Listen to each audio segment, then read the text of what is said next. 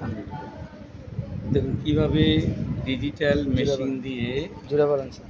কীভাবে digital machine দিয়ে slip জন করা হয় অন শটে এবং নিয়মিত যেমন এই ফরম পার্টির সাথে স্লিপের বড় অংশটা মিলবে, এই যে মিলে গেছে। ধরার সময় তুমি খেয়াল করবা কীভাবে করবা। এই যে আমি ধরলাম, এক হাতে স্লিপ এক হাতে কোনো কাটাকাটি যাতে না হয়, শুধু পাঁচটি আবর্জনা থাকলে কাটবে। এই মাথা যখন কোনো আক্রান্ত হয় এই চলে যাবে, এই তারপরে এই ব্যাগে আসবে, ব্যাগ পাশে ধরবে, ধরার পরে আঙুল শেপে আসবে, এই স্লিপটা এই নেবে, নেওয়ার পরে এই স্লিপটা ধরবে যাতে কোনো সমস্যা না হয় আর কোনো না বাড়ে, যাতে সে যেহেতু রাউন্ড তাকে একটু কেয়ারফুলি হ্যান্ডেলিং করা লাগবে, কেয়ারফুলি হ্যান্ডেলিং করা লাগবে যাতে কোনো কাটাকাটি বা উস্কে না যায়। সেটা ভালো করে ধরে নিতে হবে।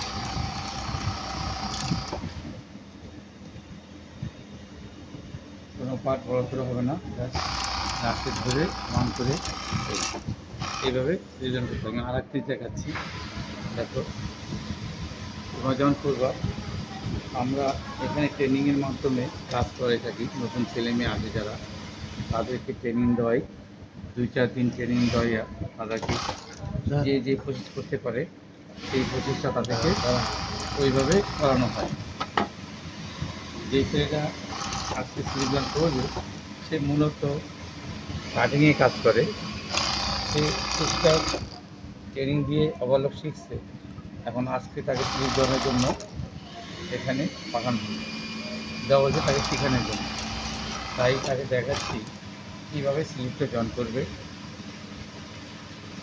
এটা লেফট রাইট আছে যাতে ভুল না হয়, লেফটে যাওয়ার জন্য রাইট না যায়, রাইটে যাওয়ার জন্য লেফট না যায়।